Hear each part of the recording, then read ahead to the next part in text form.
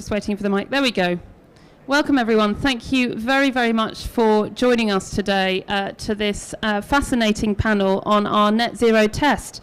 And in particular, a big welcome to our colleagues from France and from Bangladesh who are on the panel helping us, because we've learned a lot from France and Bangladesh in this process. So it is absolutely essential and urgent for the UK to show leadership in closing the gap between ambitious targets and action.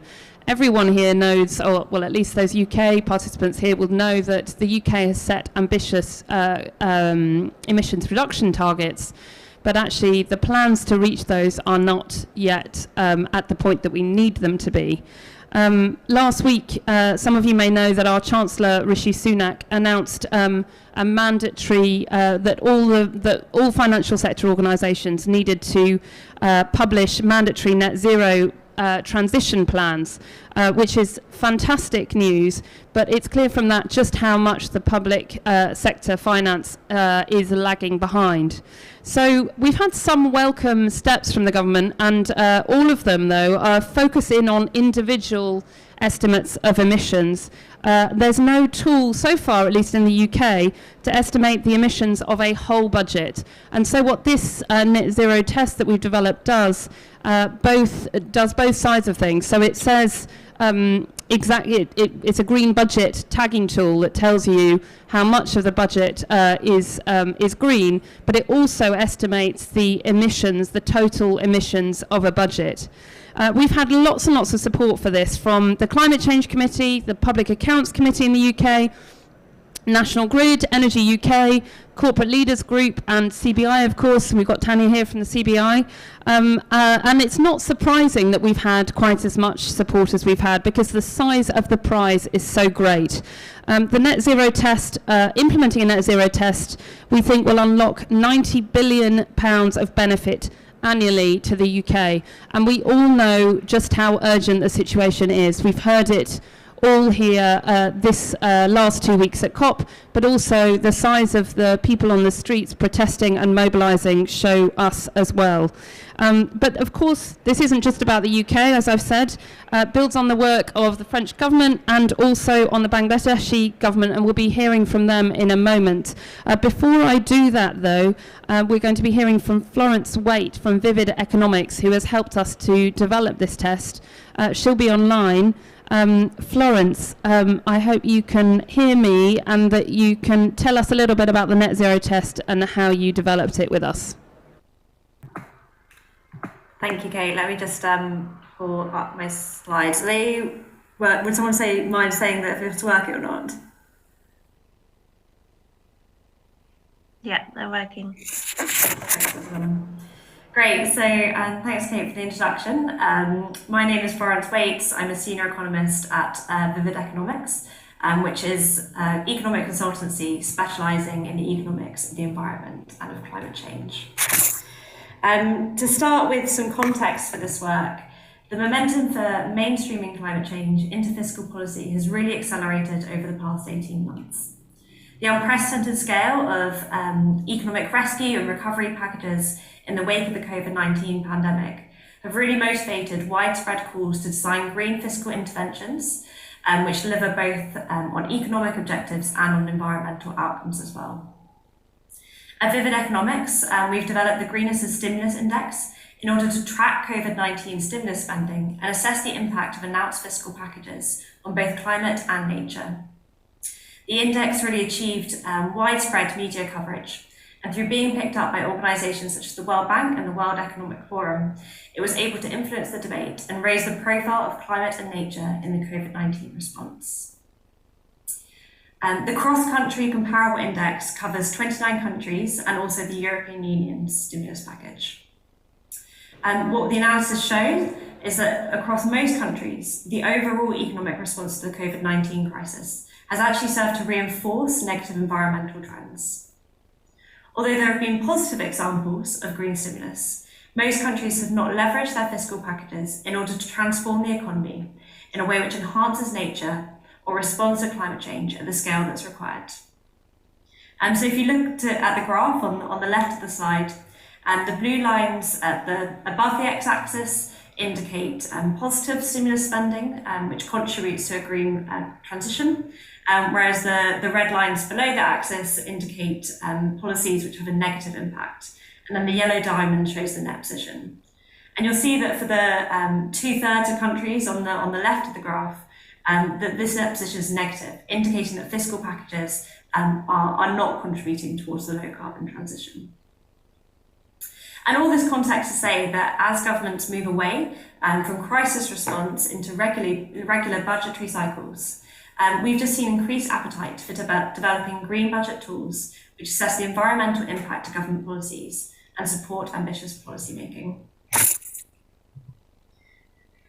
So moving on to this slide,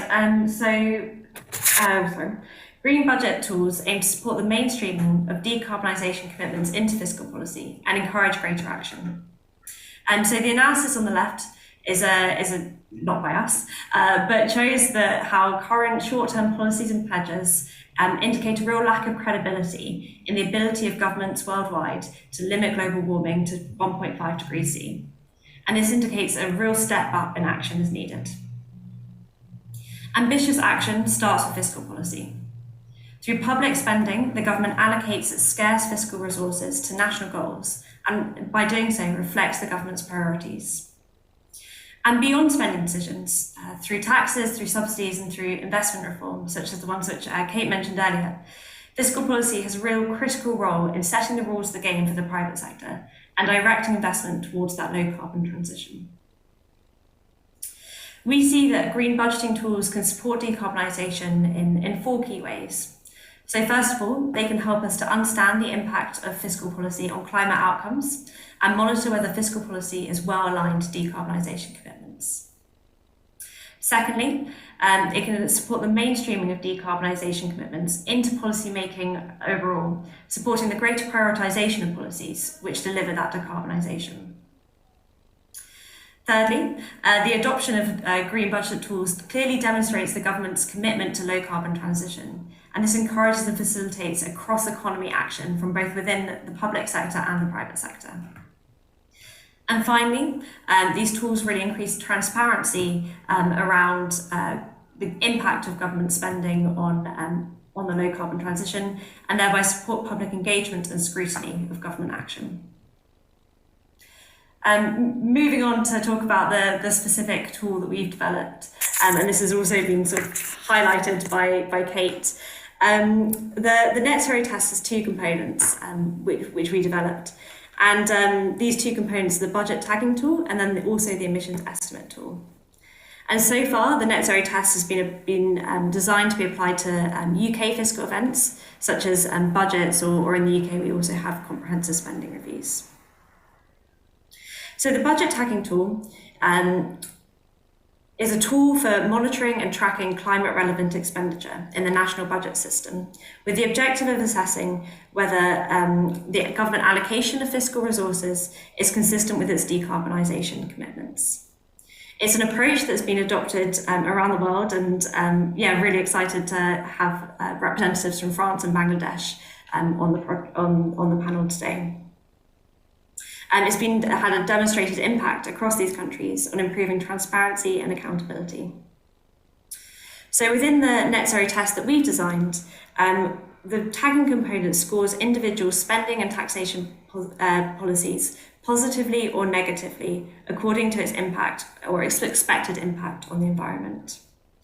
Following the example of the French government, we've adopted the EU Sustainable Finance Taxonomy and considered the implications of individual policies across 6 environmental dimensions. So mitigation, adaptation, biodiversity, water and air quality, as well as the circular economy. The other component of the net zero test, which is slightly less widespread and more of a unique contribution, is the emissions estimate tool, through which we aim to quantitatively estimate the direct and indirect impact of fiscal policy on greenhouse gas emissions. In the UK context, there are already robust approaches to estimating the impacts on emissions of certain policies. However, what the net zero test does is apply a transparent, easy to apply and broadly applicable methodology which can estimate the emissions impact of all policies, and in doing so, delivering a comprehensive overview of the total impact of a fiscal event on emissions. To date, we have piloted the net zero test on the UK's March 2021 budget, so from earlier this year. But we're also currently applying the test to the October 2021 budget and spending review, so we'll be able to give a more up-to-date picture later on. In the March 2021 budget, the government was really focused on economic stimulus and recovery in the wake of the COVID-19 pandemic, as well as outlining a long-term ambition to repair public finances. As a result, most of the policies which we scored were classed as neutral, which meant they didn't have an explicit impact on changing the emissions intensity of the economy. However, there were some policies announced which are expected to make it harder for the UK to achieve its net zero target, for example, the freeze and fuel duty. As a result, through the emissions estimate tool, we expect that the budget would increase net emissions by 16.4 megatons of CO2 over the 6-year period which the budget is relevant for, which is equivalent to 5% of the UK's 2020 emissions. If you look at the graph on the left, you can see this, the sort of dynamics of this. So in the short term, the stimulus or the stimulatory nature of the policies announced in the budget are expected to increase emissions. Whereas in the longer term, more consolidatory policies or as well as the UK emissions trading scheme are expected to result in a net reduction in emissions, and that's what's shown in the pink bars. The blue bars, in contrast, show the net zero pathway, which has been recommended by the UK's Climate Change Committee. This is what's needed from across the public and the private sector in order to deliver the net zero in a way which is economically efficient. And what you can see is that the decisions taken in the March 2021 budget really don't support the UK to achieve the pathway outlined by the CCC and make it harder to do so. Before I wrap up and hand over to the panelists, I just really want to outline how green budget tools such as the net zero test that we've developed with WWF can have both international and cross-sectoral relevance. Within the public sector, treasuries and finance ministries can use budget tagging tools or green budgeting tools more generally to support decision making and ensure that fiscal policy facilitates the achievement of national decarbonisation targets. We'd also encourage policymakers in these ministries to collaborate effectively with each other in order to build cross-country consistency and comparability. And I think the engagement through the OECD Paris Collaborative on Green Budgeting is a really good place to start. Where the Finance Ministry demonstrates leadership in adopting such a tool, this can actually strengthen ambition across the whole of government. The adoption of green budgeting tools builds cross-departmental accountability for decarbonisation and encourages all departments to prioritise policies which can support the low-carbon transition. Outside of government, and what we've seen actually with the Greenness of Stimulus Index, is that the civil society and independent actors such as multilateral development banks can use tools such as the net zero test in order to scrutinise fiscal policy and hold the government to account on delivering the low carbon transition. And finally, actors beyond civil society can also use it. So for example, investors who are keen to integrate environmental, social and governance considerations can use it to incorporate to assess sovereign debt investment decisions as well. And just finally, before I wrap up, I just want to say that this is an area which we're really excited about at Vivid Economics, and we're continuing to look for opportunities to develop our tools further, our analytical capabilities, and also support clients from across the public and the private sector in understanding how fiscal policy can support the low carbon transition. So I'll stop there, but thank you for listening. Thank you very, very much, Florence. As you can see the value and the quality of the tool, but this is really what a decade of delivery looks like when they talk about it in those plenary halls, because you can see quite how far we've got to go in terms of delivering against the ambitious targets that we have. If I can turn to Tanya Kumar, who I was lucky enough to be on a panel with earlier this week about gender and climate, so I feel honoured to have you here.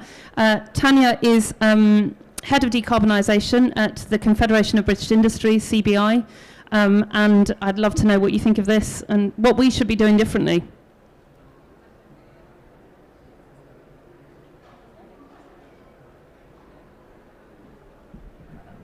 Trying it now.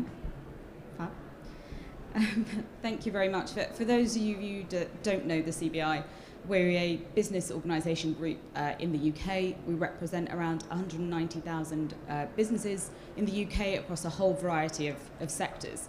So I'm here on the panel today to give the business perspective as to why do we want a net zero test. And I think just listening to the presentation from Flo from Vivid Economics, there is a big point here that it's a combination of public and private sector investment that is going to fund the net zero transition. So for us at the CBI, speaking to investors, to businesses, etc., the real importance of having a net zero test is that signalling device for the private sector and business community to come forward with the investments that are needed. And obviously we've seen throughout the last 2 weeks of COP, a lot of investment announcements have been made, but actually to drive that innovation, you'll need that partnership between both government and business. But you need to understand the right trajectory that we're on, and I'm pleased to say, obviously in the UK, we've actually had quite an accelerated path towards net zero. So that's obviously started with the 2019 legislation of a net zero target. And since then, you've seen a huge movement in public policy making here in the UK. But just reflecting on that, thinking about my title in terms of decarbonisation, the way that we're moving is that energy and climate change policies does not only hold responsibility for one department. And when we're looking at fiscal policy and that interaction between Treasury teams and the rest of the UK's sort of departments, whether that's business, energy, nature, environment, housing, etc., we really now need to be looking at decision making in this sort of bifocal lens. So what we've seen in the UK recently, just before COP26, we've had the publication of a net zero strategy, but we've also seen the publication of a net zero review from Treasury colleagues.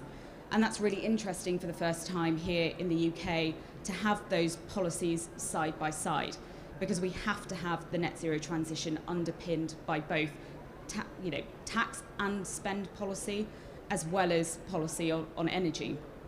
And in terms of signalling, that's important from a transparency point of view for businesses to understand taking our 2050 net zero target and bringing it down to the deliverables for 2030, 2040, etc.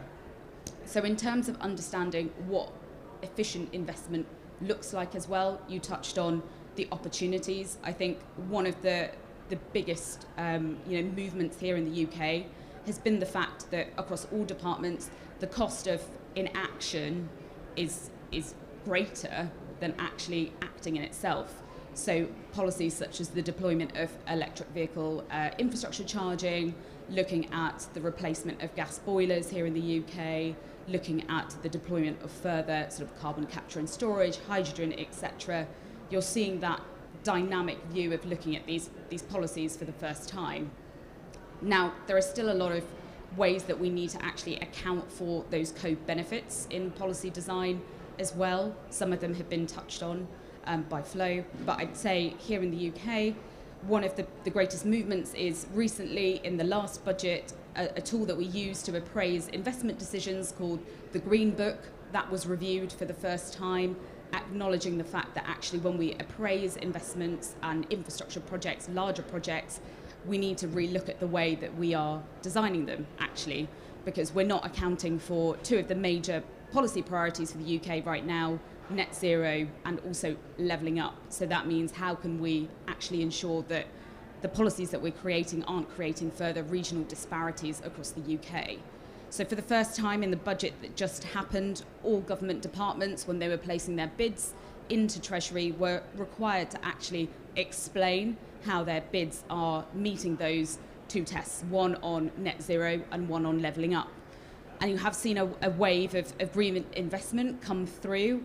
I'd be interested to see how the net zero tool assesses the spending review and budget that we have just had.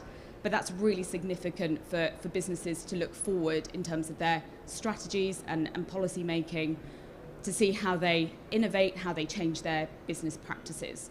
So I think it's a really interesting time for a net zero test to come forward. And as the business community, we're sort of crying out a little bit more of that regulation, because actually, inevitably, to make these long-term investment and policy decisions, you need nothing more. That certainty goes a very long way, actually. So in terms of a perspective from ourselves, I think that's why it's interesting that business actually wants a little bit more policy design, which is quite unusual, because others would say, actually, don't you just want to, have a free market and design things yourselves? So I think we've really reached a tipping point, and the UK has a real unique opportunity here to bring government departments together and also quantify some of those code benefits, such as nature that we've been talking about a lot here during the 2 weeks of COP, things like health as well. We've obviously seen in the pandemic, public health and planetary health, they coexist. How do we make sure that policies are actually designed in that way to actually capture those? And as a business community, we have a huge role to play in that, in educating also government, working together. It comes down to that partnership and collaboration, because we are multifaceted in our approach to public policy. So I'll leave it there for now and look forward to the discussion. Thank you so much, Tanya, and thank you for you and the CBI's support for our test. Now, can I move to Philippe Wen? Thank you so much for coming. Philippe is Deputy Head of the Climate, Environment and Agriculture Office, interestingly in the Treasury in France, or the equivalent of the Treasury in France. We've learned a lot from your version of the net zero test, and so looking forward to hearing more. I believe you've got some slides, so we've got a clicker for you to use.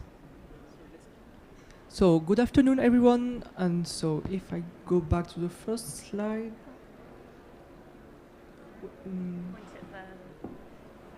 Okay.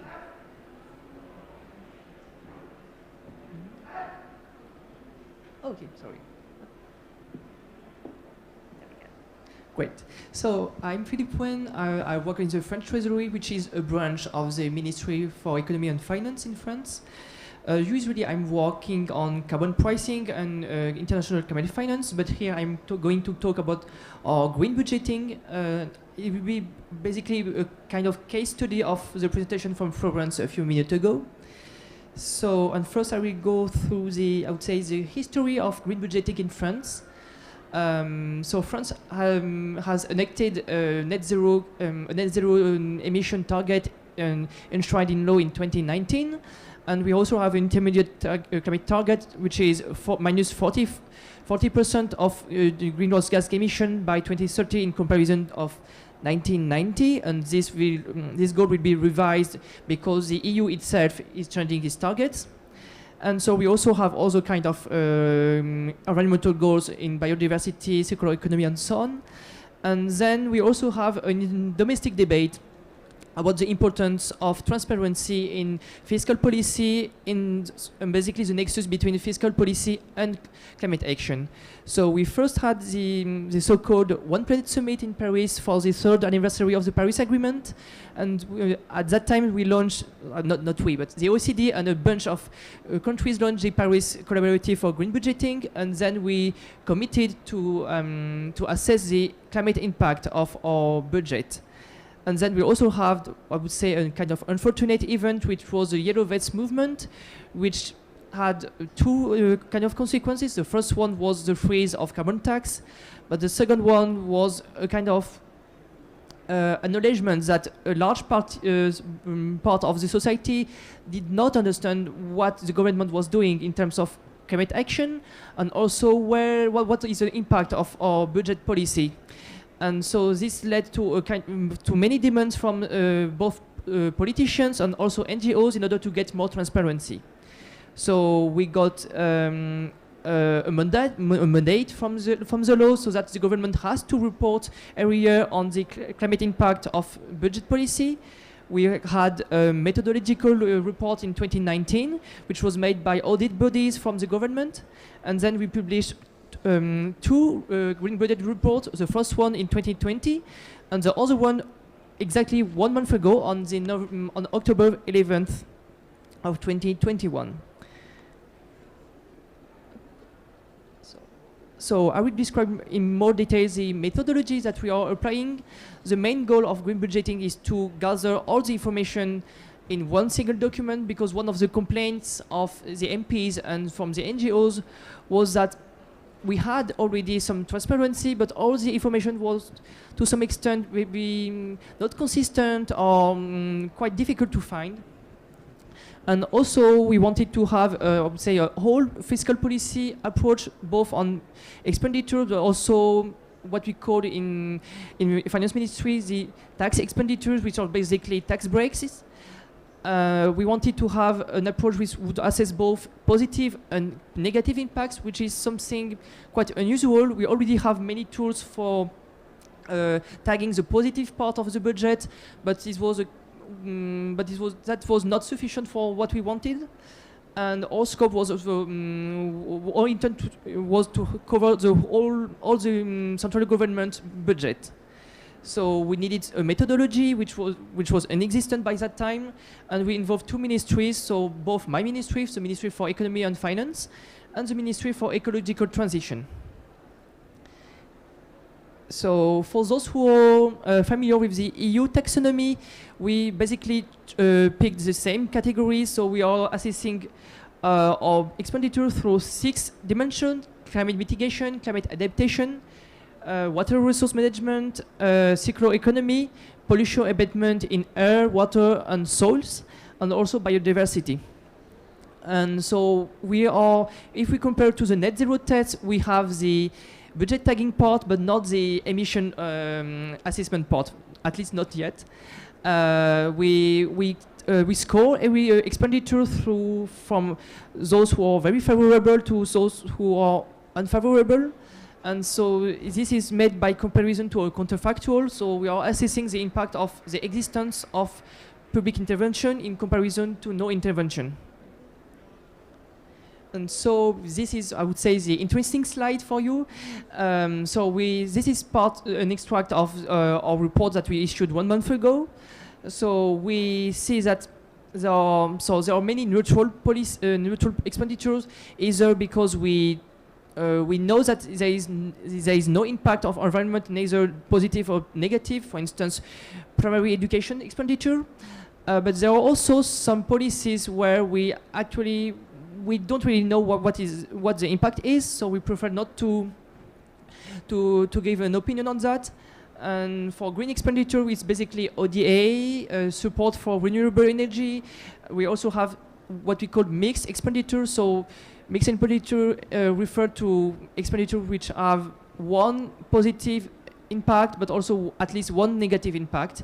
And a basic example is the infrastructure for trains, which are positive in terms of climate mitigation, but negative in terms of biodiversity.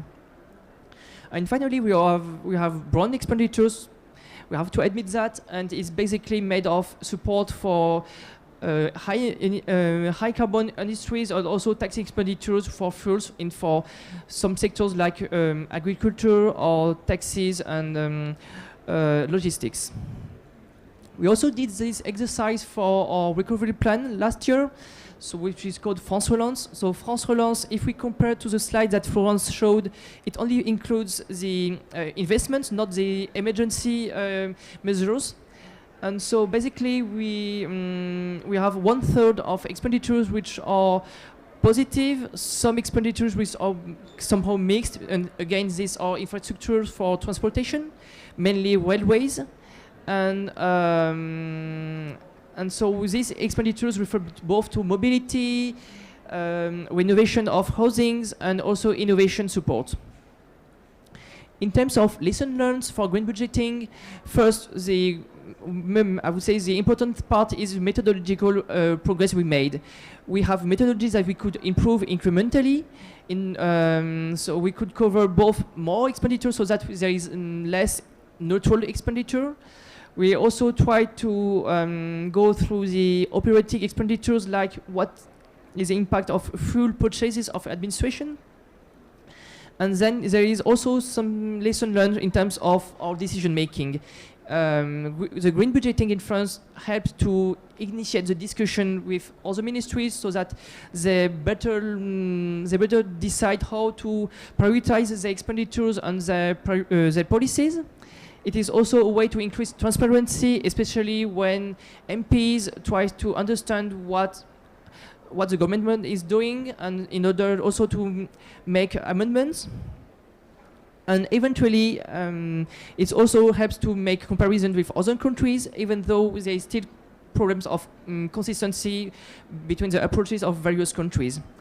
And if I go back to the question that we ask ourselves, like, is green budgeting helping to align spending with net zero? So obviously, no, it's not efficient, it's not enough, but it is definitely something which helps to start the discussion and also to move forward. Philippe, thank you so much. I was literally just about to ask you that question, so as a follow-up. So thank you for answering it, and I'm sure we'll come to it in a moment as well. If I may invite now online Iqbal Abdullah Harun from the Bangladeshi government. Iqbal is Additional Secretary at the Ministry for Environment, Forest and Climate at Bangladesh.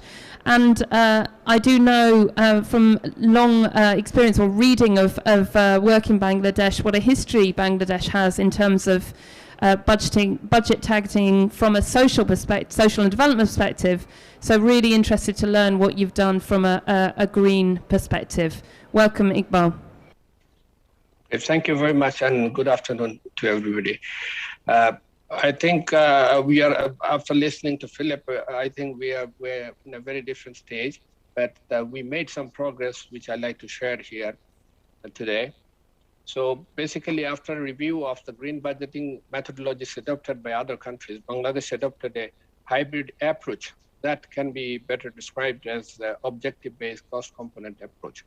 And very recently, in 2019, we published our first green budget report. So that's a long way that we came. So now, after this report published, now we can say that 57% of our national budget was allocated for climate change in related purposes in 2021, and climate-related allocations in these 25 ministries that was under this green budget scheme. They are having an increasing trend of allocations, and Bangladesh is spending around 0.7% of our GDP every year for addressing the climate-related issues. And there is an increasing demand for allocation in climate change-related areas. So these are basically we got from the report that we published. My deliberation will have three parts actually. First, highlight of our preparations, an overview of our approach that we followed in green budget tagging, and at the end, a lesson learned. So government prepared several policies, strategies, and action plans to make people aware of the challenges and address their sufferings. And there is a chronology of events that I need to tell you here, because those are the pillar of our current stage of success, whatever we did so far. In 2008, Climate Change Strategy and Action Plan was formulated, and which still remains as our main policy document for addressing the adverse impact of climate change and green budget tagging exercise. In 2012, Climate Public Expenditure and Institutional Review was conducted, which paved the way for undertaking the climate finance tagging exercise, and provided an indicative list of adaptation investment based on climate variables, their impact, and the interventions required to address them. Mitigation expenditure was identified programs and expenditure with some form of climate dimensions. 849 codes were identified. Codes were then classified into 4 bands, 1 to 4, depending on the share of the budget allocated to the climate activity. Expenditures under each code were then finally weighted average share of budget distributed to climate change within their band of relevance. A functional climate change code was incorporated in the revised chart of accounts.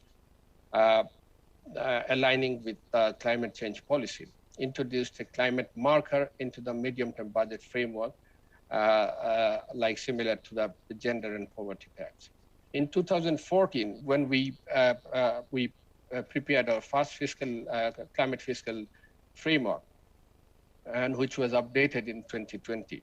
So we have got a new version of the climate fiscal framework. And 2018, we published the approach and methodology for climate public finance tracking was published. In 2020, the Delta Plan 2100 was approved, which is the longest plan ever for our country, aiming to reach there with success, mitigating the challenges. In 2019 and 20, as I said, that our climate budget reports were published and placed before the Parliament in the budget sessions.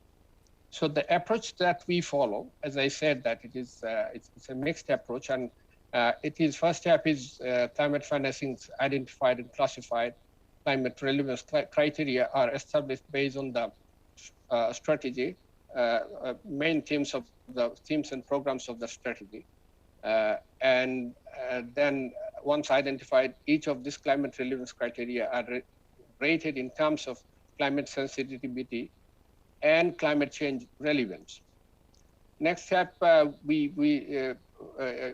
if climate relevant criteria are present in the project, percentage of climate relevant financing is calculated.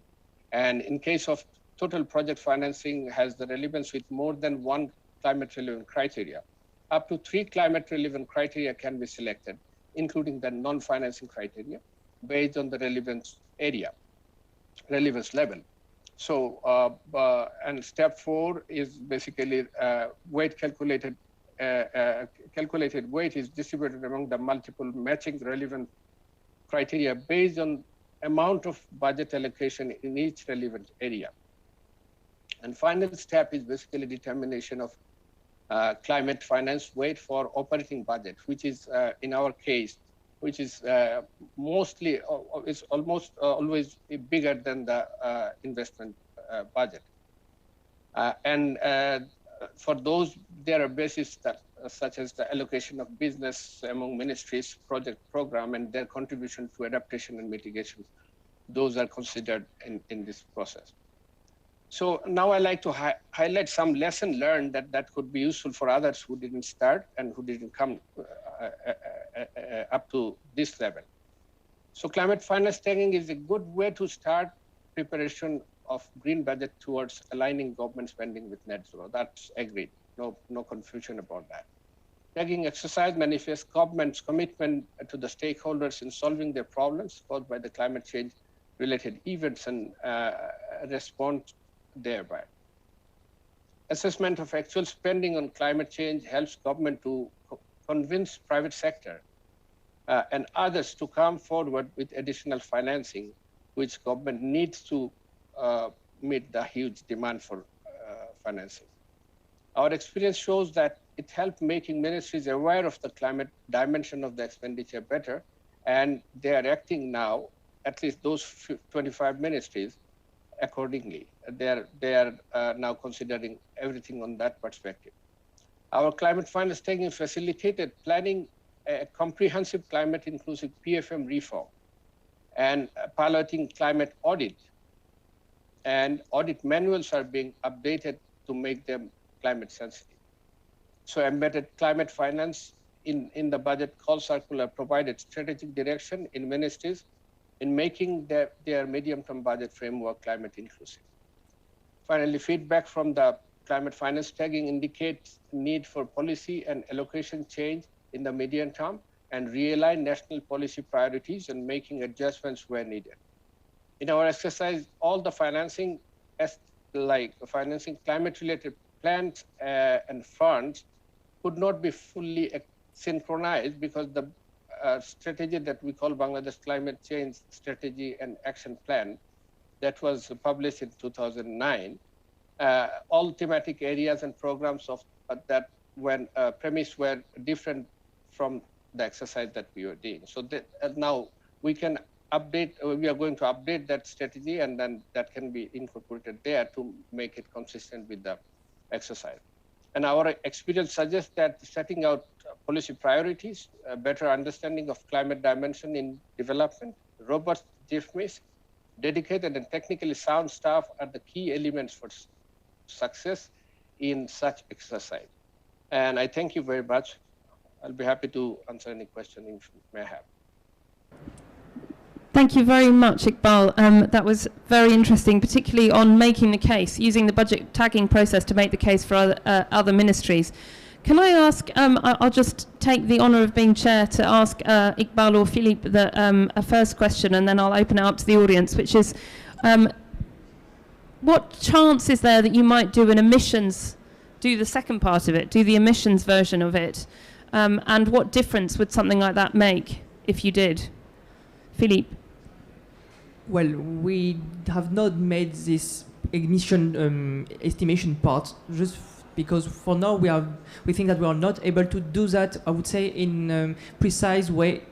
So we can use, I would say, average factors and so on, but except very specific policies like infrastructure projects or policies which are really directed to climate, we think that we are not confident enough in the figures that we will produce.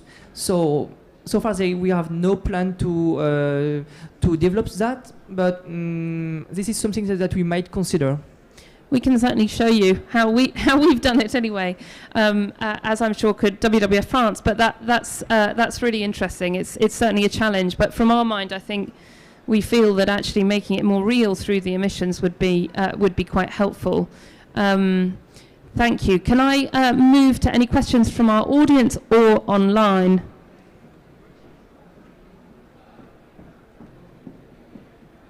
Thank you so much, and thank you for this amazing talk. I was just curious, what would your advice to the UK government be if they decided to implement a net zero test? What would the key first steps be? Let's go to Iqbal, if I can ask. What should the first steps be if the UK government was to implement a net zero test? What would you suggest their first steps to be, Iqbal? Well, it's very difficult where to start actually, because I think for countries having emissions and then the issues with emissions, so they need to make a balance with a lot of things, and that should be a very difficult way to start with. But I think still net zero means it should be starting with decarbonization and then going ahead with other things that are making this situation difficult for UK even to face. Is it good enough to? That's great. Thank you, Iqbal. Sorry, there's a delay between the online version and then coming back here. Florence, would you like to add to that? I could see you nodding. Yeah, thank you. So it's something which in the report which we published with WWF, we sort of outlined in a bit more detail. So we'd encourage people to look there for the full set. I think the first part, and this is really what came through to me from Iqbal and Philippe's, what their presentations earlier, was that kind of just by saying that you're doing it, you're really demonstrating leadership, and I think that's a really important first step. I think in terms of kind of how to go on forward, I think we've got some recommendations in the report about how the UK government could improve some of the data analysis and the data inputs into the tool, which we've been less able to do from that arm's length position. And then I think it's about how do you use the tool or use a test through kind of really mainstreaming it in throughout a fiscal policy. So, for example, by engaging with departments as they prepare their submissions into budgets and CSRs, thinking about how can you kind of engage with them using the tool to sort of maybe flag any policies which aren't in line with decarbonisation objectives, and also ensure that net zero positive policies get appropriate prioritisation in that process. Tanya, can I ask, do you have anything to add to that? I was interested in what you were saying in terms of signals earlier. Are there any areas of, how would the net zero test help create those signals, and which areas do you think we need to know, do you think we need more signals in, if you like, at least in the UK? I think we've got, oh, can you hear me now? Yeah. Fab. I think we've got a lot of signals in the UK, and just picking up on that previous question, my advice to government, and when we talk to them, is talk to business, because we've already got a net zero test, we're setting net zero targets. Yeah. So we've got a wealth of data, and you're measuring carbon, you're measuring emissions, so collaborate with businesses. And one of the biggest things, especially seeing the journey that we've gone through on setting net zero targets, is, what gets measured gets done. You have to start from somewhere, and it's important to understand that. So doing that assessment and working backwards, looking at the advice of the CCC as well. In the UK, we have a great governance infrastructure that enables us to look at our pathways, not only the Committee on Climate Change, but a National Infrastructure Commission as well, that enables us to look sort of long term. So part of that, I'd say, is engaging with those that actually have to deliver against some of those areas. But also one thing when we've discussed things around, budgeting tools, net zero, is there is a huge skills requirement, right? We're talking about, Philippe, Iqbal, Flo, talking about these things. It's a different economic model that you're looking at. We're looking crudely before, you'd always been looking at a cost-benefit analysis of policy making. And that's becoming a lot more complex, because we understand that now more policy decisions are interrelated. So what we try to do is, any tax or spend issue isn't just reserved to the Treasury Department. It's actually an ownership across departments. And one of the things about net zero is that it has to actually sit at the heart of all government decision making, actually. So when you're building homes, when you're looking at energy efficiency, etc., it can't just be ownership of one department, and that requires a huge new skill set within government. And you also forget that the public sector is actually one of the largest purchasers of goods and services. So actually you will have a significant impact on your economy's net zero target as well. So I think, my final message on that point is, businesses are going much further, much faster. In fact, they're one or two steps ahead of government. So when we've been talking about, closing the gap in the last 2 weeks, and when you're talking about 1.5 and keeping it alive, for businesses, if they're looking at the future and whether they're going to be here, to be sort of sustainable in that future for 2050, that gives them the impetus to act. So we need to be in the room when those discussions are happening, and don't worry about failure from the onset. Yeah, that's a good challenge to us. Philippe, just thinking about these skills, from your own experience, from a skills perspective, it's the skills that we need to be able to calculate the emissions from a budget are one thing. They're complicated enough. But then thinking about nature, for example, and skills that are going to be required in the future to analyse and calculate how much of nature we're drawing down, that's a whole other level. But sort of understanding from your perspective, or indeed anyone's perspective on the panel, how you develop those skills and your experience of developing those skills in France, that would be fab. And then I'll come to see if there are any other questions online or in the room. Well, so definitely it is a whole government effort. So we have in the finance ministry, we have macroeconomists, we have also units which are experts in economic and I would say cost benefit analysis experts. The finance ministry is also the ministry which produces the budget, but we have no experience in, or at least until a recent period, we had no experience in environmental analysis. but these skills are in the ecological transition ministry. So this is why we gathered all these skills in the same team, which is a cross-ministerial team, and this is a way that we managed to have this green budget report.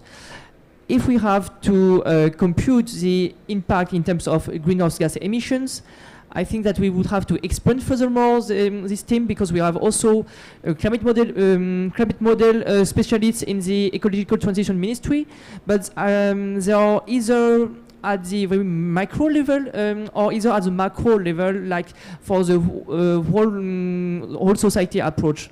So this is why I would say we need a kind of middle ground approach, like what is the impact of education spending, what is the impact of transportation policies, and this, so far, this is something that we need to develop. And I would like to also to, I think that Tanya, your remark on this effort, it really builds on both the government, also other public agencies. This is something which is also really important in France, because the central government expenditures is only one chunk of expenditures, but we also see this kind of movement among the local authorities, and this is definitely something interesting, because this is very fertilizing across the government. Thank you. I love that phrase, fertilizing. Gentleman here. Well, thank you, Kate. My name is Wahid from WWF Malaysia. 2 questions, if I may. Firstly, I'm still struggling to appreciate the accuracy of the accounting. Now, typically for government finance, you have development expenditure and operating expenditure. And for many countries, development expenditure will make up about 1/3, and operating expenditure will make up about 2/3 of the budget. I think it's probably easier for the development expenditure, but for the operating expenditure, how do you define emoluments and debt service, whether it's actually green or contributing towards net zero or otherwise? The second question is on the direct spending on reforestation by Western countries. So if I may, a lot of the natural forests in the past, centuries ago, had been converted into farmlands and so on. In the UK, for example, we are left with only about 13% of the land mass in the form of forests. So are there moves to encourage Western countries to spend from their budget to direct reforestation of some of these farmlands? Thank you. Thank you. Who would like to take that one? Joe? Oh, sorry. Florence, sorry. Thank you. So that first question, just so I can understand, was about how do you account for account for government expenditure and kind of assess the greenness of it. So I think the UK is in a privileged position of having very high quality budget data, and I think that's a really good starting point. I think at points we would have hoped for even more detailed and broken down expenditure data. I think in terms of assessing the greenness of it, I think there's 2 things. So on the kind of budget tagging side of things, it was largely a subjective or a qualitative assessment. However, I think, and this is maybe Philippe or Iqbal can kind of talk about their experience from the French and Bangladeshi side, but we really try to develop a clear rubric for how we assess whether something's green or not green, in order to make sure that that is as consistent and robust as possible. On the emissions estimate side, I think... Okay, Iqbal or Philippe, would you like to come in on this?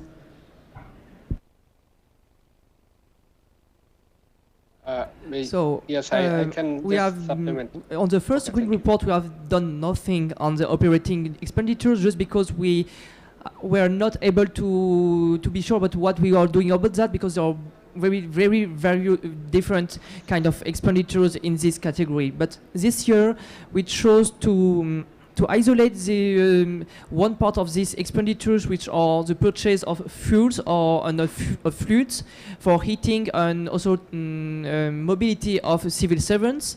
And here it is quite easy to understand if the expenditure is green or brown. You consider if the vehicles are made of if they are running with oil or gas or I would say green hydrogen, and in that case it's quite easy to label the expenditure. I think that on your second question on forest, it's I'm not sure about the situation in France, but maybe I will just say Joker. But This might be out of our depths, or at least mine. I don't know if Iqbal or others want to come in. If not, can I see if there are any other questions from the room? Yeah, Joe?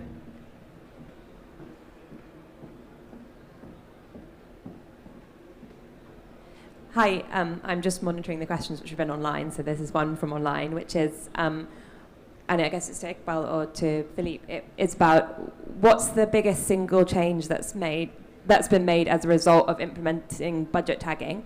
That's the first bit, and then has any of that been unexpected? Shall we hear from Iqbal? Yes, can I answer this? Yes, actually, I think for us, it is the most important thing that happened, that now we got something. We have a basis that we can see that how much is going where, and then where we need to work on it, actually, whether it should be on policy or making financing available, or like making some more effort to like, tag this. But previously, like before these reports, there was no basis for identifying the green finances that were hidden in the system. Now, current methodology gives us that chance to see that where we stand and where we like to go. So that could be my answer at this stage of the progress. And Philippe, can you tell me, has anything surprised you from this process? Have you learnt anything? So maybe one non-surprising thing is that it made a lot of curiosity among our colleagues in other countries, in other finance ministries, and so this is, I think that it gained interest. And my understanding is that other countries are about to launch this kind of approaches of green budgeting. Something which was more surprising is that usually the people who are working in the ministries are very familiar with their own field, but not about the field of other policies. And here, my colleagues who are in charge of green budgeting were basically taking all the lines of the budget, sometimes discovering that, well, the French central government is spending that much to that purpose, and we were sometimes surprised by the impact of our expenditure. Maybe another surprising thing is that in the past, NGOs or opposition MPs were complaining about the lack of information, and that were trying to reconstruct the data. And now they are able to complain, but using our own numbers, which is a kind of we have no excuse about saying, oh, your numbers are not accurate or so on. But now we have a common ground for discussion. Fantastic. Thank you for your honesty and for Iqbal's as well. Florence or Tanya, I'd like to, if I can ask you both, because you've not spoken in the last few minutes, just to sum up for me, in particular by thinking about the level of urgency that we see in the science. Is something like this going to work fast enough, given the time we've got? And what can we do to make it, work even faster? Let's start with Florence, and then we'll finish up with Tanya. Yeah, I think for us, what was important was that the good wasn't the enemy of the perfect. So we really see this as an iterative process, and even between what we did in the March 2021 budget and what we're working on now, we're trying to improve. And I think for us, that's really key, is that by just trying to do something quickly and not letting the kind of details bog us down, but that we kind of do something in every single fiscal event and improve at each fiscal event, and then over time that will become a more and more powerful and robust tool for kind of assessing government action.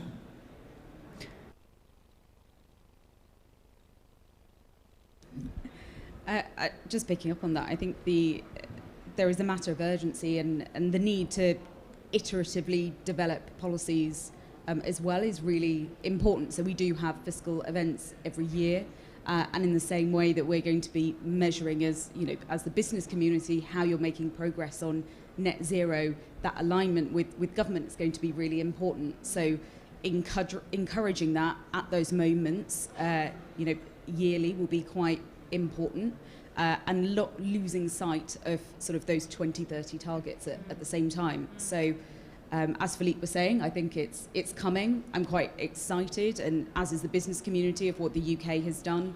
I mentioned that the Treasury over here has just launched a net zero review, and within that they've dedicated a whole new department working group on climate to bring together the rest of the government to start looking at these sort of co-benefits and co-costs, etc. So, the tide is turning, but as with all of these things, the matter of urgency is key. So it's up to us as the business community to also hold government's feet to the fire, and likewise government to us. And that's how we're going to meet our targets. Thank you very much, Tanya. Thank you for summing up for me right at the end there. If anyone would like to find out more about the Net Zero test in the UK, please do come and find me or contact my colleagues online. Thank you very much for coming, and hope to see you all soon.